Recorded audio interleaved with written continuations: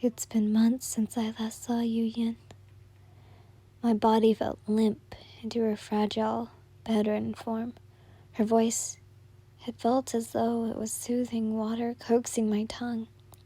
The same feeling in which you'd feel after obtaining even a drop of liquid after being dried and dehydrated for days on end. A wash of relief swept over my mind. A slight shake began to take over as I breathed in her while we held each other. It took everything in me to control the tears from flowing out of me. She was here. She was safe. She hasn't left me yet. Thank you. Thank you. Thank you. I must have said those 2 words out loud for my sister to pull away from her ever gentle hug. What are you thanking me for? She asked with genuine curiosity. I had swallowed due to the thinnest smile that appeared upon her lips as she gave her head a tilt, observing me with the same eyes I'd always adore. I shook my head, turning away slightly. It's nothing, I mumbled sheepishly, peeking behind her. I've missed you so much. My voice was barely over a whisper.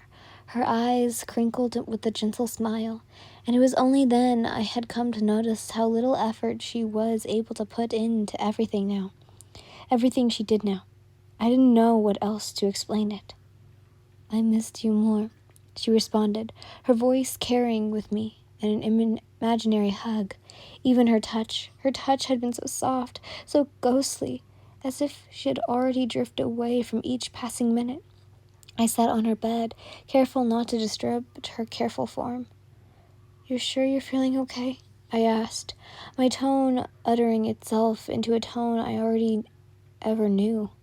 She chuckled over so slightly. Yes, I feel fine, only a little tired. I stood up before she could even finish speaking. I'll have you to get some rest, I began, but my sister cut me off with a silent shake of her head. Don't be silly. You just came home after months of work. Do you really expect me to sleep when I finally get the chance to see you again?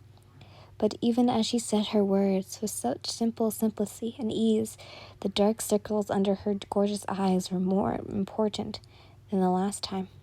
I knew she hadn't been able to sleep since being sick, but still, I hid the concern with a smile, the one in which she always said was my best feature, sitting back down in the same spot as before, and she reached for my hand, stared at our linked fingers, appreciating every second of it. Tell me a story or two, she suggested, and my gaze flickered back to hers. I opened my mouth to respond, but hesitant instead, not knowing what to say. I know you won't tell me much about your work, but our brother has mentioned some of your long and fantasizing journeys, she said, her voice littered with adornment a bit. I felt guilty, knowing that the light in her eyes would be gone in a flash if she only knew what I really did, and the amount of people I have killed. I shook my head, wiping away those thoughts and shaking my mind clear of doubt. What mattered now was being here with her. I could worry no longer.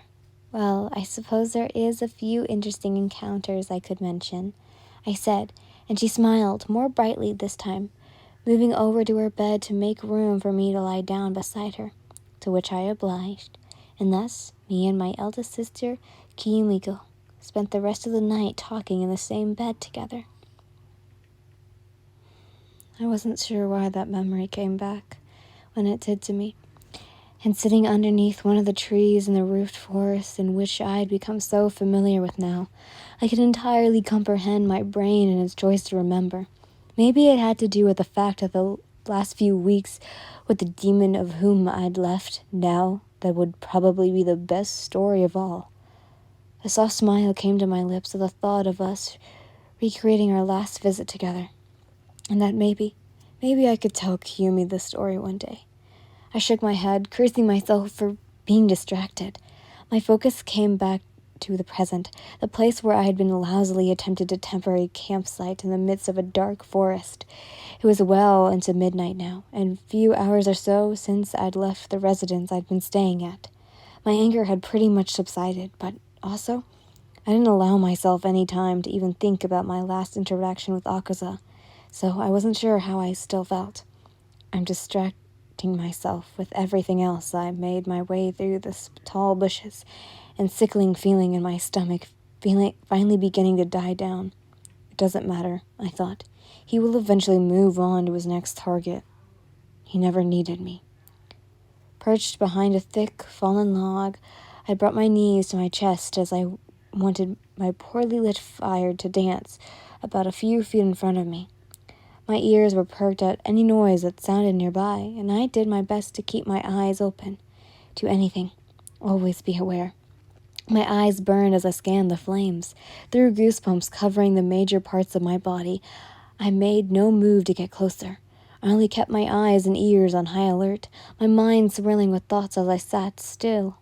Akaza had warned me about leaving. He even expressed that I would die if I left the confidant of the house we'd been staying at together. I closed my eyes for what felt like the first time in a while, hiding my face in the crook of my elbow. My knees were still up against my chest, and my arms held onto whatever effort I had left in me. In a way, I couldn't entirely grasp the fact that I had been at that house for 2 weeks straight.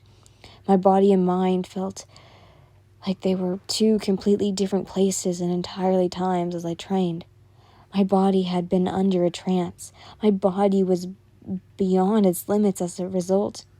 For 2 weeks, I lifted my head out of my arms, resting on top of my knee instead, keeping my place by the fire. I suppose Akaza was right, to a certain degree. I had been ruining myself, and I think a part of me knew that. The entire time I felt as though I was secretly aware that the demon was right, but it only became clear now that I'd left, as though once I'd stormed away from the house, my trance, the one that had utterly consumed me, had simply snapped. The chatting in my mind quieted, the soreness of my limbs and damaged form finally getting into real effect. Proof that I'd been doing it again. I'm only 2 weeks. I'd pushed myself past the brim. He was right. Damn it. But it didn't matter. There was nothing I could do to ease what I'd done. The only thing to do now was to focus on the future. Oh, how I just wanted to gain strength so I desperately needed. Why? Why did Akaza's question come back to me? The curiosity in his anger-filled tone was evident, even in my memory of it. He kept asking, over and over again, as if there was something eating him up the same way my trance had been. And maybe, I suppose that meant we both had snapped. Tell me why. I squinted, his powerful voice coating over my senses, if only for a moment. He'd never shown so much frustration towards me. Akaza always had been the most patient I'd ever seen in anyone else. Maybe it had to do with the fact that he was an immortal demon whose mind worked differently from a human. But when he asked me, half begging for me to answer, something had made him pause. And me. It was the most human and genuine tone I'd ever come across from him. In the weeks I'd known him, he'd never shown such verdicts towards the subject. And maybe that was why I've decided to tell him about the truth of why I was destroying myself. And honestly, I didn't even give myself much time to think about the demon who saved my life on multiple accounts. In truth, I had multiple questions for him. And yes, I did want to know what the second side of the deal was.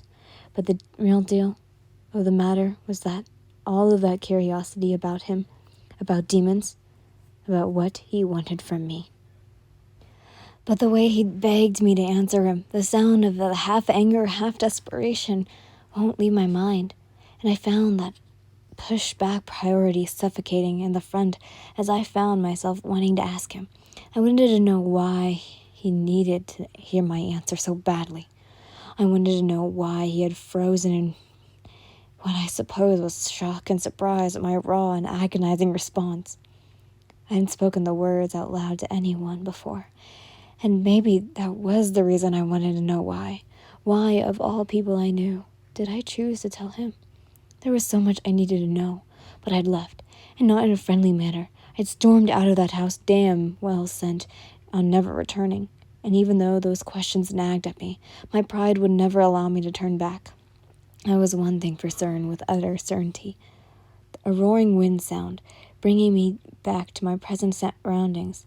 The wind, icy and dry, almost feeling as though could snow come at any time. Scrunching my brows together at the thought, I stretched my basically torn apart limbs and stood.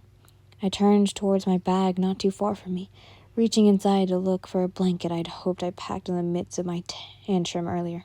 God damn it. My hands were already half frozen, making the action of looking through the random things I had packed a lot more complicating than it should be. All I found was a scarf, a simple white one that now revealed Akaza, how most likely he left for me along the other set of clothes he would bring. Where did he even get all these clothes? And food? I shook my head, dismissing any internal thoughts. He left Yen, and now both of you are going on. I let out a deep breath, my breath fogging up in front of me as I stared down on the white fabric. Opening it up a little, I recognized it was actually bigger than I expected. This will have to do. I winced as I walked back over to my log, returning to sit in a familiar position, yet this time with the cover of freshly washed scarf as I fixed it over my sore form. I paused at my thoughts, analyzing the thick white cloth. Had Akaza actually washed this? I frowned, forcing the thought to leave my mind.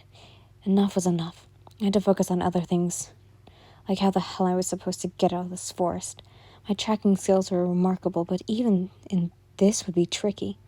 I began planning in my head that it was what I would to do next, how I was going to meander my way through this mess. Time flew by as I did so, my eyes beginning to droop along with the drying fire as I found myself always staring at. Too lazy to get more wood to keep warm tonight, I hugged the blanket scarf tighter around me, while at the same time cursing myself for not thinking properly back at the house. Eventually, my exhaustion kicked in full, and even though Akaza's warnings flashed in my mind once more, I couldn't help but drift off into unconsciousness. I woke up to the sound of nothing, absolute dead silence.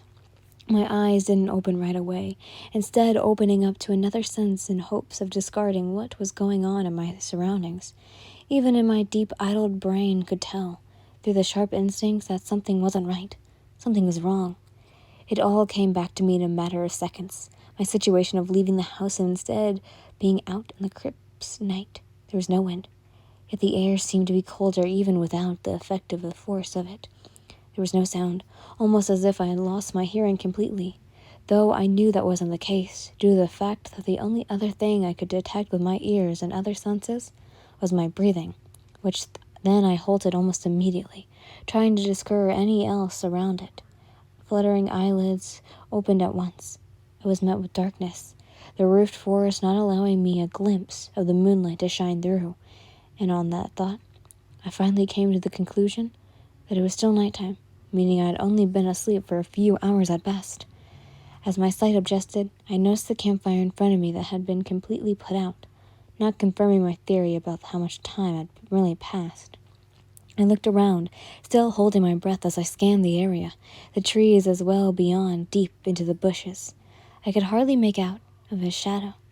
Everything looked normal, but I learned, in what felt like a completely different lifetime, that trusting my instinct was a part of what made me one good assassin, as well as a training to never be a deep sleeper. However, the odd thing was, I hadn't awoken due to any sound at all, no. In fact, I'd woken up due to the lack of it, and I knew something was wrong. The hairs on my arms stood, and I didn't dare make a move, only allowing a single breath to be released from me. Only then did I realize the mistake of something fell off. I was being watched. Knowing I had been right about my conclusion, I had packed my things, acting as if normal as I could, whilst putting on my familiar, clumsy act. Same one I'd used to when I knew Akaza had been watching me. I long ago dismissed the idea, and even a little dip of hope, that is, was him who was keeping his eye trained on me whilst I finished up packing my things. I knew it wasn't him, simply because this time this felt different. Akaza's gaze had always been watching with curiosity and patience. I could tell that this was the case even before I had eventually met him, when he would simply watch me from a distance. Well, now, whoever was watching me had no such qualms about me. There was a different sense in the air. Anger that seemed to shadow me.